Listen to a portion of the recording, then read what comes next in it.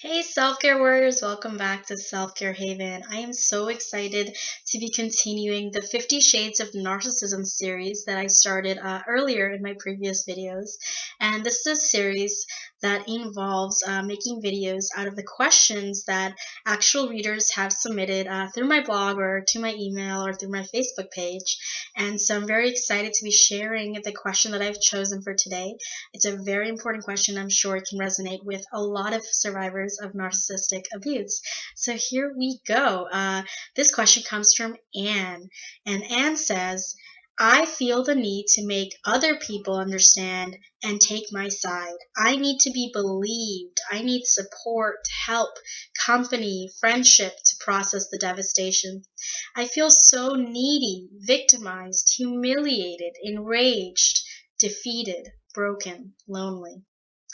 How do I advocate for myself and get the aka flying monkeys? These are the supporters of the narcissist. For those of you who don't know the term flying monkeys, how do I get the flying monkeys to respond without seeming like a pathetic sour grapes woman who ruined it with this quote unquote good guy? So hard to swallow the fact that the narcissist has won. Wow. Okay, Anne. So your question is probably something that resonates with a lot of survivors because to be a survivor of narcissistic abuse, a type of psychological and emotional abuse that is so often very covert and underhanded and is not often noticeable to the public, can be devastating because of the fact that it's so alienating. So, whether you are facing a narcissist in a relationship, a friendship, within the family, or even in the workplace, actually, especially in the workplace, please know that the narcissistic abuser always has tricks up his or her sleeve and always usually has a harem to rely on to confirm his or her credibility. And what I mean by this is that narcissists spend a lot of time investing in creating a harem and using that harem in order to have support when this type of thing happens, when their false mask slips or they do victimize someone that gets close to them. So remember that the first thing that I would urge you to do when you're facing this type of situation, because I know how alienating and isolating it can be to know that you are basically the only one who has knowledge of the narcissist's true identity, and that everybody else around you is just very fooled and duped by the narcissist's false self. The first thing I would urge you to do is look for your own validation. And I know that's not the answer you were looking for. I know you were looking for, well, how do I convince these people who support the narcissist? And the heartbreaking thing, the most challenging thing for survivors to understand is that we are not responsible for convincing others of who this person is. And I know that there have been people who have exposed narcissists before, but I would not recommend it. Even if you have tried to convince other people already, and what's done is done. But the first step I would take is really look for your own validation, because you are the one who had this experience. You can validate what you felt, how the narcissist treated you, what the narcissist did, and you are the only one really that can provide the validation that you're seeking. It's really already within you, that potential for validation. And I know that it's difficult. I know it's challenging because all you want to have is someone from the outside world who tells you, hey, that's crazy, and this person is crazy, and this person is narcissistic. Sometimes the narcissistic abuser that we encounter has social proof.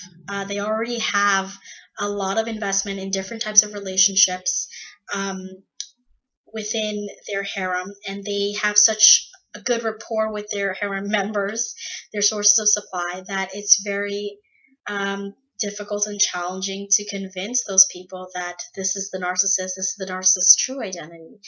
And it's not up to us to change their minds. That's something that they have to learn on their own, whether it takes months or years, or it could take a whole lifetime for them to figure it out.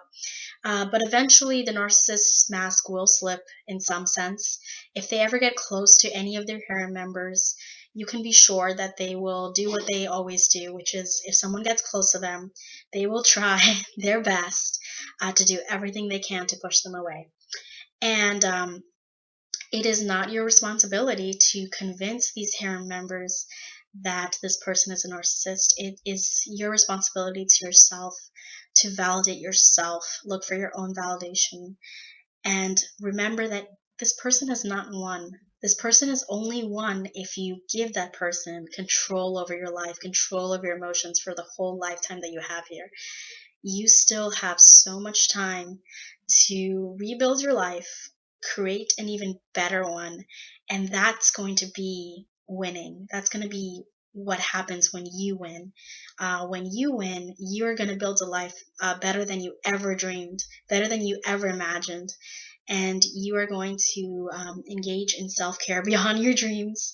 You're going to pursue your own dreams, and you're not going to be thinking about this person who destroyed your life or hurt you as much anymore, because you're going to be so busy living your own life.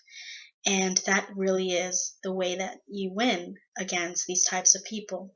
You can't convince the people around them who they really are. They have to see it for themselves. And some of them do see it, but they don't want to believe it because to the outside world, narcissistic abusers, actually any type of abuser, they're usually very charming. They're very charismatic. People gravitate towards them. People believe in them, and it's only the few who really get a taste of who they really are when the false mask slips, when they're in a closer relationship with them or they threaten them in some way. That's when they get to witness that narcissistic rage, that narcissistic emotional invalidation and de-evaluation and put downs. And not everyone is going to experience that side of the narcissist. That's a hard truth to swallow, I know, but unfortunately, not everyone is going to get close enough to the narcissist for the narcissist to react that way to them. So I hope this answer gives you some insight as to why we should seek our own validation when there's going to be people who inevitably do not validate our experience of this type of relationship because it is so manipulative, because it is so covert, and because abuse often happens behind closed doors and not to the public eye. To the public eye, the narcissist is often charming, good-hearted, charitable.